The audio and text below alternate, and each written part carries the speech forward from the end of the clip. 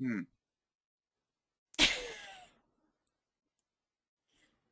Record. The broadcast is now starting. All attendees are in listen-only mode. Good morning, everybody, and welcome to the first webinar provided by greenprisons.org.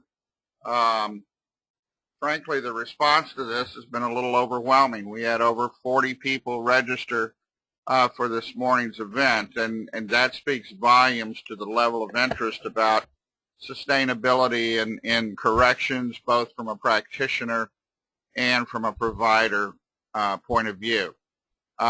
To those of you that are practitioners, this morning's webinar, unlike the two that will follow it, is primarily geared towards the providers of sustainable products and services to the correctional market. So a lot of what I'm going to talk about this morning may be very elementary to you. However, we encourage you to stay with us, and we encourage you to contribute. We anticipate that the webinar will last about 30 to 45 minutes, depending on the kind of response we get from those of you out there in the audience. And we encourage your participation. Barring any kind of technical glitches, since this is our first attempt at this, we'll hopefully move through this relatively smoothly. The focus of this morning's webinar is, first of all, to take a look for, again, with the focus on providers, just exactly how large this corrections market really is, what the size and scope of corrections in the United States is today. Secondly, what it means to manage a project in a correctional facility. Third is what it means to work. There are no slides up. I'm sorry? Sorry. There are no slides up. Let me see if we can. Does that help? There we go. Okay. There we go. Is that better? Yes. Okay. There we go with the first of what I hope is the only technological glitch today. But anyway, as I was saying, we're going to look at how large the corrections market is, what it means to manage a project, what's unique about managing a project in a correctional facility, what are some of the challenges about working in corrections from an external contractor point of view, and finally the procurement process and some of the challenges that brings as well. So with that, I'm going to turn it over to our marketing director, Ann, to just take you through some of the technological pieces of, if you have a comment or a question, how to get that across to us. Ann? I guess some of you who have webinars before are familiar with the technology. I'm already getting notes and questions from some folks. So for those of you who know how to use the questions part of it, if you have a question, just go ahead and type it in. We're going to sit on all of the questions until the end of the presentation, unless something seems really salient and we should address it in time. And then at some point, because there are a lot of folks participating who have experiences that could potentially contribute to the discussion, if you have something that you'd like to say or any of that, anything you'd like to contribute, just type it in as a question, and I can unmute you at some point, and we'll be able to hear your comment out loud. Yeah, I think that's it. If anybody has any questions about how the questions work, just go ahead and type it in, and I can answer it during the presentation. We'd love to, excuse me, we'd love to have everybody have the ability to just shout out your question, but I think you can see with more than 40 people registered for this event, and the fact that you can't see the other guy necessarily, it could lend to some chaos, and we could be here till lunchtime talking about some relatively basic topics. So we're going to go ahead and get started. Shoot Ann your questions if and when they occur. and then we'll try and filter those in as seems appropriate. A little bit of background for those of you who are not as familiar with Green Prisons, and I noticed from the registration list we have a lot of our friends from Indiana and Ohio on board, so some of this will be old hat to you, but perhaps it's useful to repeat it anyway. Green Prisons is an outgrowth of the ACA Clean and Green Committee, which is now 2 years old.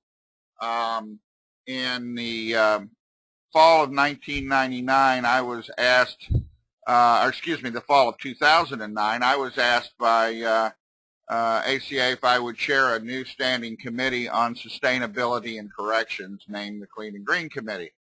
And the short answer is that I said I would, however, I really didn't know much about sustainability or its application and accreditation.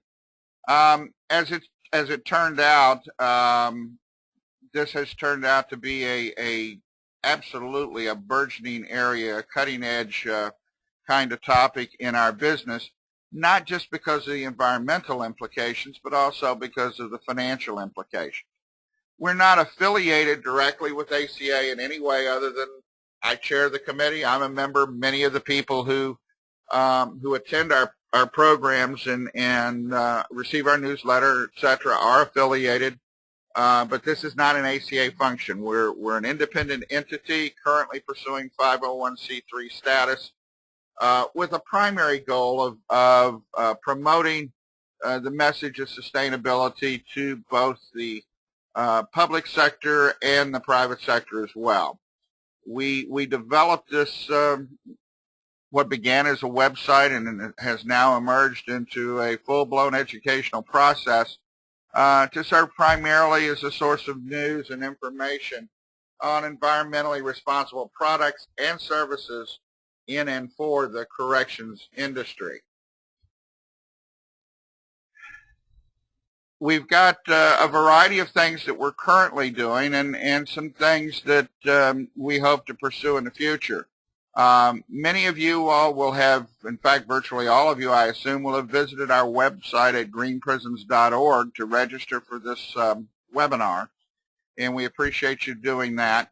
As I mentioned at the outset, in June of this past year, we hosted the first ever national symposium on sustainability and corrections in Indianapolis, and drew a very nice crowd and had an opportunity to see some really incredible work that the folks in Indiana are doing. And if we have time, I would welcome anybody who's currently involved in that effort in Indiana to check in and share what's new and what's going on in Indiana. We have now published 2 editions of our newsletter electronically. It's not a hard copy newsletter. It's an electronic newsletter. If you are not getting that, you can go to the website and sign up for it, and we obviously encourage you to do that. We're always looking for contributions to that in terms of articles or links or anything related to sustainability. And finally, the webinar that we're doing today is the first of 3 that we've scheduled. And we hope by the conclusion of this one, we will have worked out most of the bugs and can move forward from there.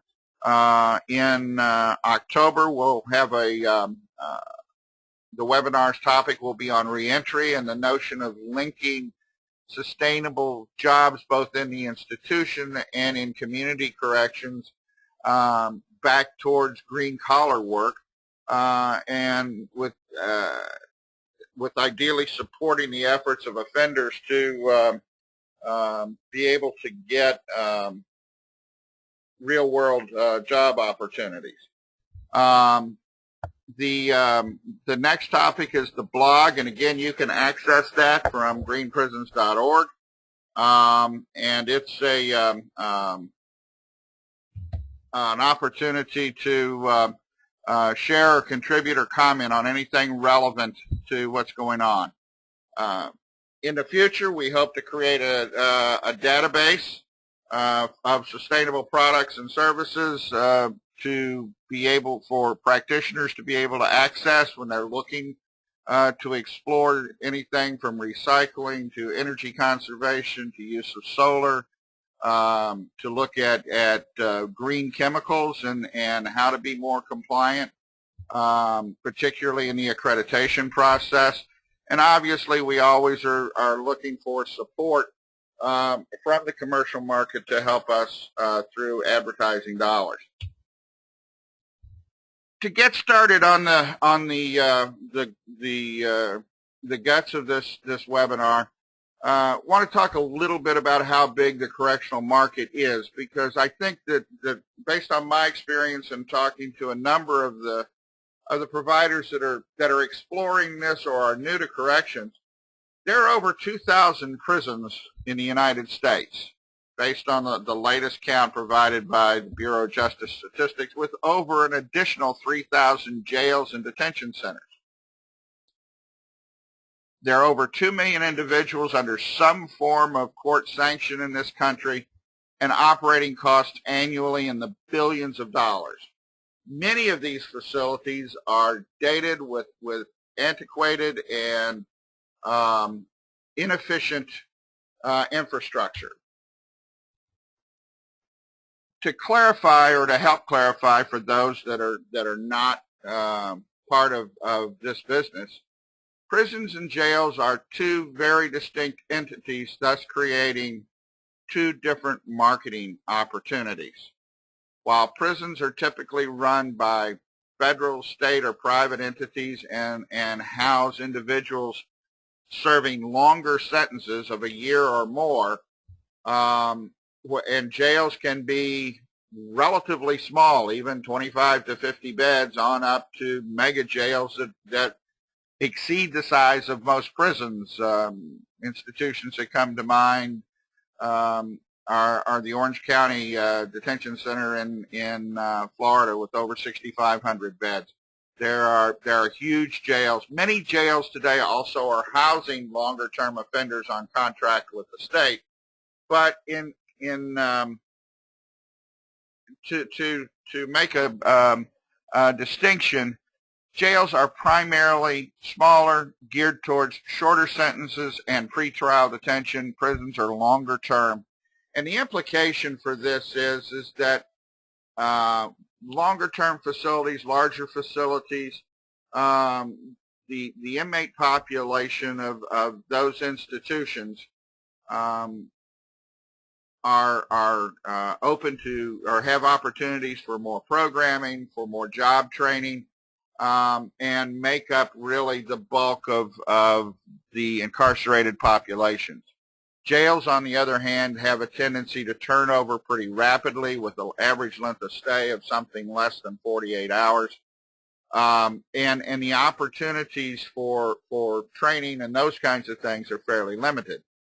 The thing that they have in common is that, again, in many instances, the physical plant for these facilities is not very energy aware, energy conscious, and with the advent of a growing number of both jails and prisons seeking accreditation, the kinds of products that they use for cleaning, for operating machinery, etc., there's a much greater awareness for maintaining or controlling the use of toxics, caustics, and flammables in a correctional environment. Obviously, the size of the facility and the function of that facility has implications for both operation and purchasing power. We mentioned before that prisons have a much longer-term population. Most state and federal prison operations maintain an industry operation that Prison Industries is a function of many state facilities and federal facilities where they make products or provide services primarily to local government, state government, but in some cases are able to provide products for interstate shipment. And I'm going to pause here before we go to the next slide. Have you got any questions that you've received from folks or any recommendations before we move forward to the next slide? Okay. The only question that I've gotten is whether or not this will be available, the presentation will be available, and the answer to that is yes. We will make the presentation, the PowerPoint slides, as well as a recording available to participants afterwards. So we're good to go. It will be on the website at greenprisons.org, the webinar in its entirety. Managing a project in a correctional facility for a corporation is a very different process than it is in the free world. The thing that primarily differentiates us from building a wing on a hospital or a new construction of a hotel or something like that is the need for security and maintaining accountability of both people and tools. This creates issues around access, the requirement for escorts, and what happens in unusual situations. It goes without saying that the primary purpose of any correctional facility is security. The bottom line is that before we provide any other service or perform any other function, our primary role is to keep individuals convicted by the courts and sentenced to a period of incarceration. Our job is to keep them inside the prison. So any disruption of a security function or any disruption of a security application is met with, to be candid, some resistance and a lot of structure. So if a contractor is awarded a project or a contract inside a facility, there's some unique challenges that come with that. And this is mentioned primarily for two reasons. First of all, just to make you aware of the potential challenges that are out there and the things that you must do differently. And secondly, because all of these have financial implications, it's important that you include them on your in your bid quote. If you're substantially lower than the next competitor, you need to make sure that you've included all the variables that could occur, and we'll talk about a few of those. First of all are some of the obvious things. Any company who's going to do business with any correctional facility that's going to have your employees on the grounds of a facility, whether it's to make a sales call in many instances, and certainly if it requires on-site work, the agency is going to require a background investigation to make sure that anybody you're bringing on grounds doesn't have outstanding warrants, hasn't been engaged in activities that are outside the law, any of that kind of behavior, because obviously that makes them more vulnerable for manipulation by the inmate population. If the job that you're going to do, and this goes for everything from the copier repairman to the company that's going to replace the entire power plant operation, every tool from screwdrivers to jackhammers have to be accounted for going in the gate every morning and coming out every night. Every tool has to be accounted for every day at all times. The institution may determine that some tools that you would normally use in the course of doing a job out in the free world may in fact be prohibited or may be extremely limited. Those kinds of questions need to get resolved well in advance so that you're prepared to either accommodate that, use a different tool, or seek an exemption with the while addressing the security concerns about this particular tool or methodology.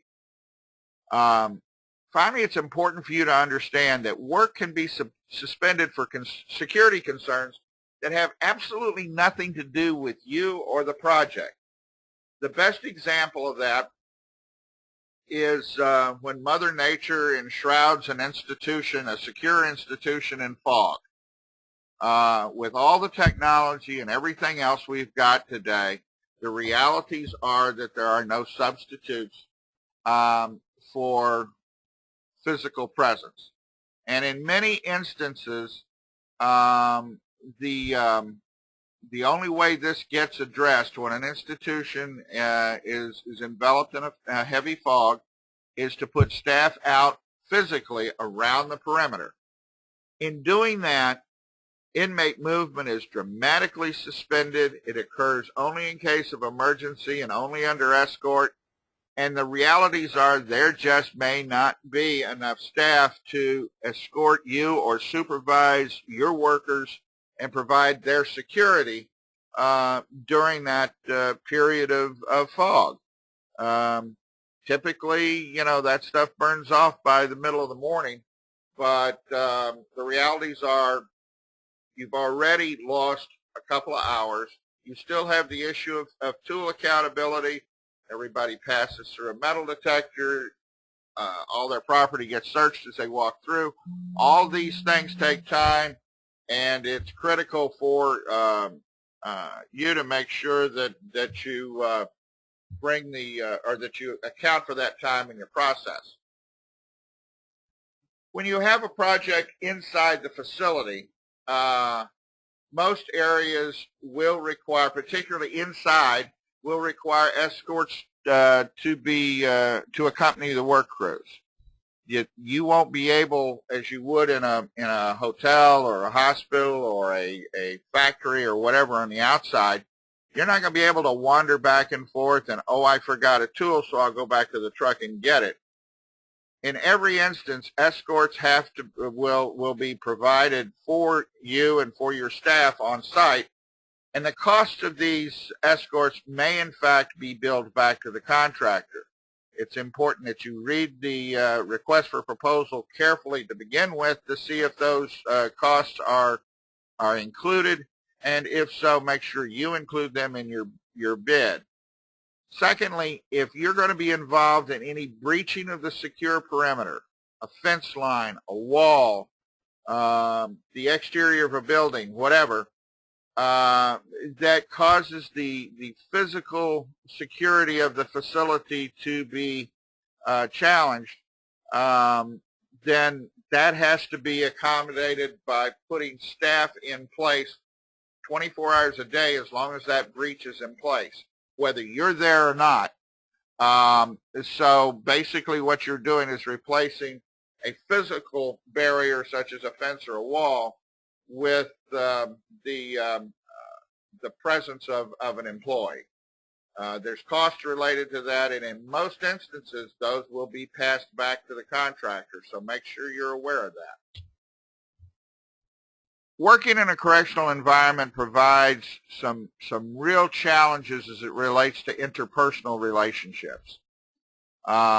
Frequently, companies are advised to keep for employees to build relationships and rapport with the individuals that they're working around, that they're inconveniencing, etc. In the case of working in a correctional environment where you may or may not be around inmates, the kinds of contact you have with them, potentially their families, what defines contraband and how to respond to emergency situations are all critical areas that need to be addressed. It's important to note that any exchange with an inmate can result in criminal charges. in many institutions around the country today, tobacco is contraband. So if you have smokers, if you have folks who use smokeless tobacco, whatever, if they're going to bring that, if they come to the job site with it, they're going to have to leave it off ground. Just the mere presence of having that discovered on them during any kind of entry procedure could conceivably result in charges, but minimally is going to result in inconvenience. And under no circumstances should employees of any contractor get engaged in any kind of exchange with inmates or their families. Keeping in mind that many of these people are incarcerated as a result of their ability to manipulate others, contractors have to be very cautious about any kinds of exchanges that are not directly related to the job and the work site. On occasion, an inmate might ask an employee of yours to mail a letter for them or take something out and drop it off for their wife, boyfriend, girlfriend, whatever. That constitutes trafficking. The kind of thing that you might do routinely for a friend or an acquaintance in a regular work environment does not apply in the correctional environment. Finally, the challenges with institution emergencies are real, and you need to be very aware of the environment that you're working in. Emergencies do not happen frequently, but when they do, it's important that you and your staff on the job have a specific contact person, that you proceed, you do exactly what they tell you to do, and that you make an effort to get out of harm's way as quickly as you can, so you don't become part of the challenge as opposed to and dealing with the emergency. Typically, these are relatively short-lived and very isolated, but when they occur, it's important that you follow the directions of assigned staff without question. Before we move on to the procurement process, Ann, I'm going to ask again if we've had any questions or comments come up. None so far. Okie doke. Doing good. Finally, let's talk about the procurement process itself, how it's potentially different working with government as opposed to other entities, etc. There are a number of sources for finding out about work in the public sector, and more specifically in corrections.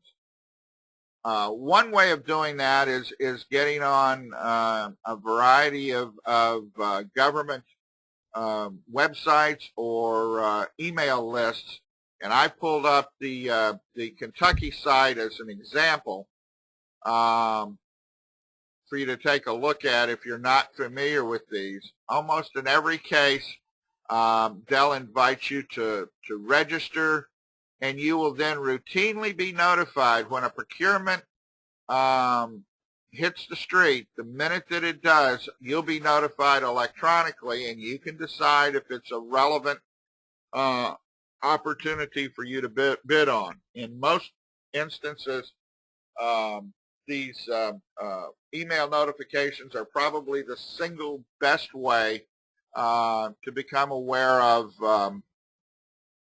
what services and products states are looking for.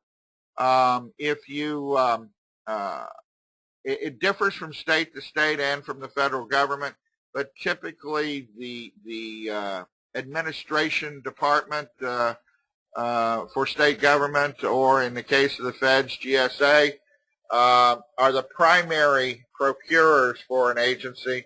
But on occasion, there may be other postings that, while are posted through the normal channels, are also posted in addition to those opportunities. And those are the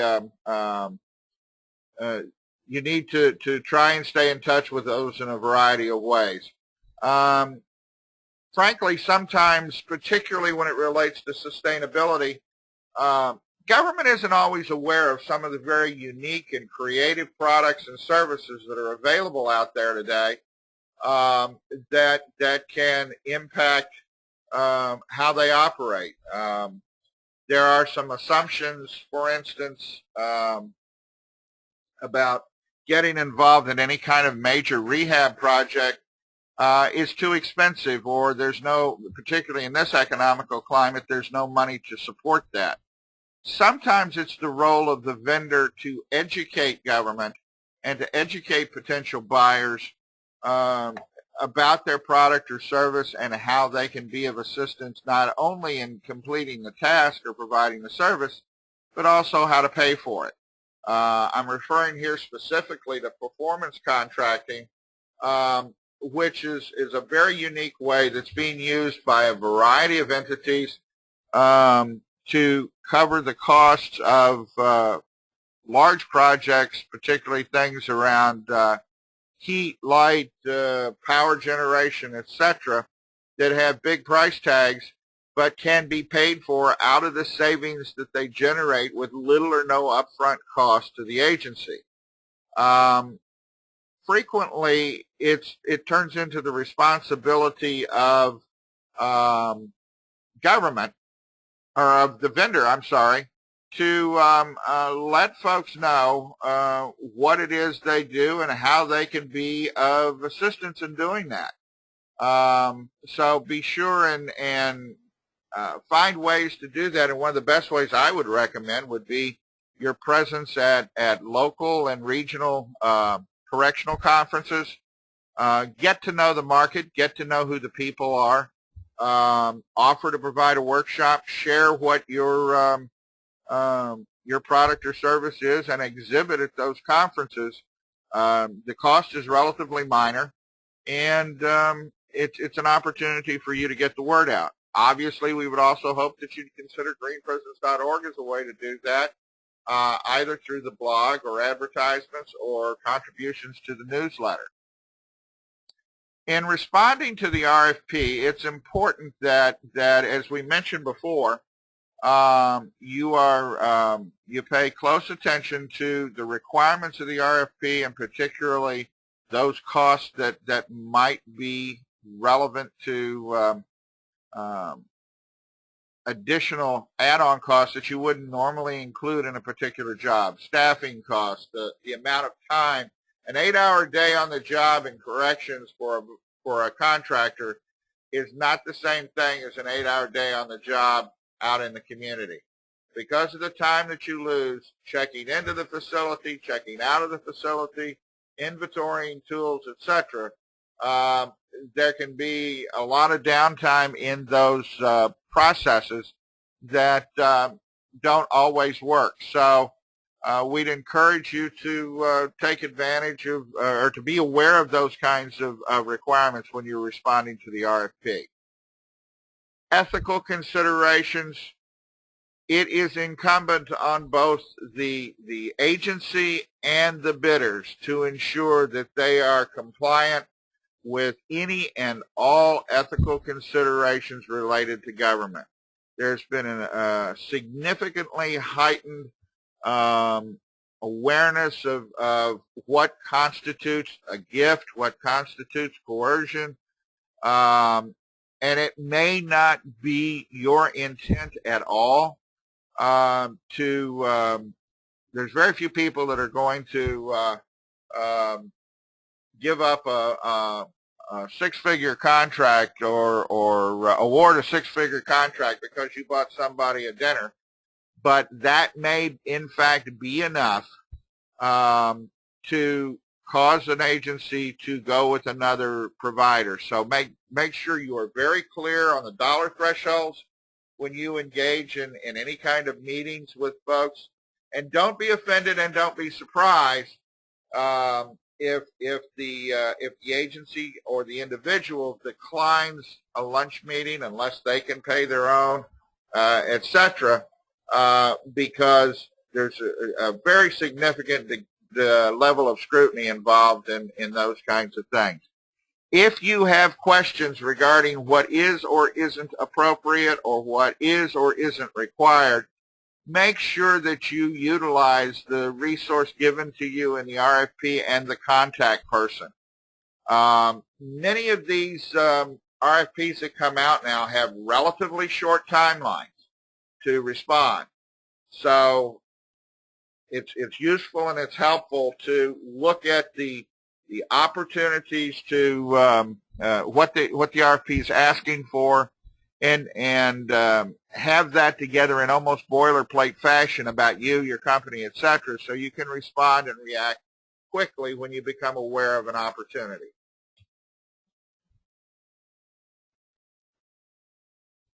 This pretty much concludes the formal presentation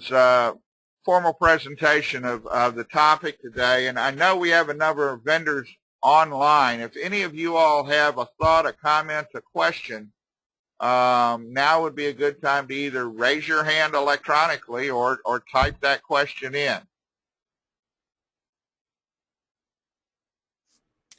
Equally important would be for any of the practitioners, if there's something out there that you think is critically important that you wish a vendor knew, we'd also like to hear from you as well. Bill has his hand raised. Hang on one second. I will unmute you, Bill, and you can ask your question. And Bill, if you tell us who you are and where you're from. And maybe turn your mic down a little bit because we're getting a lot of feedback. My name is Bill Bigger. I'm with Nature Friendly Products. We make biodegradable, compostable products. Many prisons have contacted us relative to the procurement of green packaging products that can then be composted with the food. Can you comment at all about these kinds of opportunities within the prison systems and how greenprisons.org can be a helpful source? Certainly, certainly. And I would invite, I don't know if we've got... Question? I'm sorry, it was kind of hard to hear him. Can you repeat what the question was? Yeah, the question is, Bill's company manufactures, and let me know if I get this wrong, Bill, but Bill's company manufactures biodegradable packaging materials. And he has encountered some interest from correctional facilities about those packaging materials so that it can be used with their composting operation. Is that it in a nutshell, Bill? Correct. We make food service packaging materials. Okay. Food service specifically. I don't know if we've got anybody on the line from Pendleton in Indiana. If you do, raise your hand or something so we can hear from you. But one of the opportunities that we had when we were at the symposium was to tour the facility at Pendleton in Indiana. And they have a large composting operation. There are a number of other, I know Louisiana uses it extensively. The Federal Bureau of Prisons does, at least in their north central region. I think there's a growing awareness of the value of composting from a number of areas. First of all, it reduces the amount of garbage that's hauled away from a facility, thus reducing not only the cost, the cartage fees for hauling it away, but also the environmental impact that it has, particularly for those institutions that are also running some kind of agricultural product. I think you don't hear a lot about it now in corrections. Some institutions are moving towards zero waste, but I think in the next 1 to 3 years, that's going to be a major concern and a goal of a lot of facilities in this country, particularly where... I'm sorry? I'm sorry, I just wanted to say Laura Bodkin is from Pendleton. And Laura, you want to make a comment? You're unmuted, Laura, sorry. Laura Bodkin, you have a comment? Okay, maybe not. Okay. But anyway, the short answer to your question, Bill, and others of you that are in facilities, if you want to comment, now's a chance. But I think there's going to be a growing market for your product. I think there's going to be a growing awareness of the value of composting. And we would love to help make folks aware. One of the things that we found, particularly since the symposium, we ended up with 20-plus vendors, many of which, frankly, I've been in this business for 40 years and I'd never heard of. There are a lot of companies and products and services out there that have good track records in the area of sustainability that are lesser known, and certainly I think your product would it would be good to make the correctional world aware of it. Do we have another question or comment from anybody? Spencer Elliott, hang on one second. I will. Spencer, are you there? Well, he's sitting next to me. This is Sergeant Mark Hahn. I don't know if you were, I've not seen any composting done in Pendleton yet, but we are looking at doing things like that here. And where are you from? Pendleton Correctional Facility, Pendleton, Indiana. We had the opportunity to see a pretty large composting bed outside the fence. Oh, I know what you're talking about now. Yes, I'm sorry. Yes, okay. Yes, you're right. Okay. I'm sorry about that. Yes.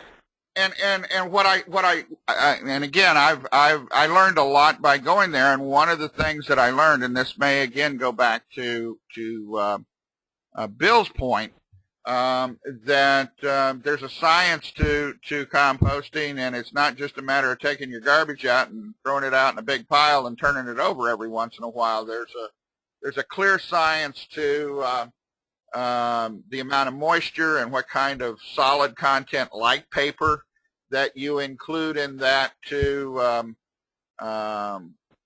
get the compost to the right consistency, so that it ultimately turns over in a fashion that makes it most productive and eliminates odor and deteriorates more rapidly, etc. So.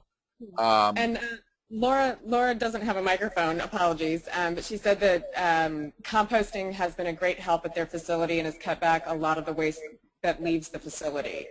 And then there's also been a couple of reminders that Putnamville was also the institution that was toured during the symposium, and they had a lot of really great sustainable practices that were. Yeah, Indiana is one of those states, and not to minimize what's happening in others, but it's the one we're most familiar with, obviously because of the recent symposium there. But there's a lot of creative stuff that's going on. Certainly, Ohio is well on its way. There are a variety, and every institution and every system has to decide what works best for them and what they can do. Composting obviously is a bigger challenge in an urban area than it is in a more rural area. And Bill, I don't know down the road if you have thoughts or suggestions about how your product might reduce the amount of waste coming out of a facility that doesn't have the space to do formal composting, but if there's other ways to utilize those packaging materials. So are there other thoughts or observations about any of the points that I brought up today? A lot of you all have experience in this area, and obviously all of us in the corrections business have had contractors come and go, and some of the challenges related to that. Hang on, there's one question. Mike Elms. Okay. Let me unmute you, Mike, and you can ask your question. Here we go. Are you there, Mike? Can you hear me? I don't think Yeah. I'm on a microphone. Oh, I am, Yeah. okay. Well, we sell janitorial or manufacture janitorial cleaning products, and we sell basically through JanSan distributors across the country. I think this is a great opportunity, but I don't think most of our distributors, I get a few questions every now and then from a few distributors that sell to a local jail or prison, but how would I make the best way of pointing our customers into this new marketplace, or get them on the buying groups, or aware of these opportunities? Well, again, you're the kind of target audience, frankly, we had in mind when we put this first webinar together. And as I mentioned before, there are, when we did the symposium, a number of the vendors that showed up for that, this was their first awareness of the corrections market, or where they might even fit in. Obviously, the ability to keep an institution clean when you have 1,500, 2,000, 2,500 inmates eating, living, and breathing in the same space on a 24/7 basis, sanitation is a major issue. I would encourage you to do some of the things that we talked about. Certainly, Green Prisons would like to help you get the word out. But beyond that, I think you look at the products or the RFPs that come out from the state agencies. And the different associations as well. Yeah. Do you want to talk a little bit about? Yeah, we can talk about the largest single professional association for corrections is the American Correctional Association, and their website is at aca.org, and they hold 2 national conferences a year. The next one will be in Phoenix in January. But beyond that, because ACA can be kind of expensive to get to sometimes, it sometimes makes more sense for local distributors to get in contact with the local state agency or the local association. And most state agencies, state correctional agencies, will have a link from their website to their state association website, or you can. The other thing is you can look at the ACA website and look for all the affiliate state associations as well.